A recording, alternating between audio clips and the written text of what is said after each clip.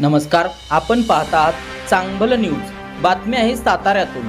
सातारा येथे आज मुख्यमंत्री व उपमुख्यमंत्र्यांच्या उपस्थितीमध्ये मुख्यमंत्री माझी लाडकी बहीण योजनेचा शुभारंभ होत आहे। या कार्यक्रमापूर्वी साताऱ्याचे पालकमंत्री नामदार शंभूराजे देसाई हे माध्यमांना प्रतिक्रिया देताना एकदम भडकले।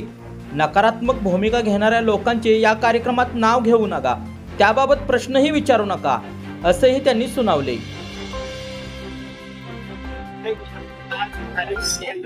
आज मुख्यमंत्री माझी लाडकी बहीण या योजनेचा सातारा जिल्ह्याचा शुभारंभ आपण साताऱ्यामध्ये करतोय।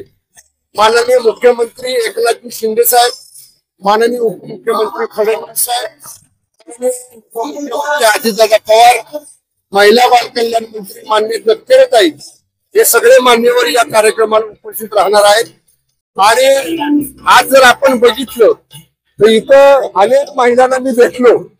बऱ्याचशा महिला म्हणले की आमच्याकडे 15 तारखेला खात्यावर पैसे जमा झालेले आहेत। म्हणजे बघा, सुरुवातीला आम्ही योजना जाहीर केली, विरोधकांनी काय सांगितलं, ही निवडणुकीचा जुमला आहे, पैसे देणारच नाही। आता आम्ही पैसे खात्यात जमा केले, म्हणजे हे सरकार जी घोषणा करली तो शब्द देत ते पाळणार आहे। आणि म्हणून मी आजच्या दिवशी एवढं सांगेन, बऱ्याचशा महिलांशी मी बोलतो। महिला म्हटल्या, पहिल्यांदा महिलांचा विचार शिंदे साहेबांनी, फडणवीस साहेबांनी, दादांनी केलाय। आम्ही या तिघांच्या पाठीशी ठामपणे उभं राहू असं महिलांनी आता चर्चा करताना सांगितलेलं आहे।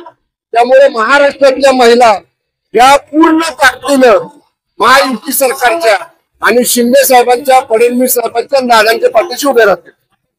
नाव चांगल्या दिवशी नका त्याचं नाव घेऊ, त्याने काय केलं नाही, तो काय करणार नाही, चांगलं करतो त्याला थोडा घालायचा।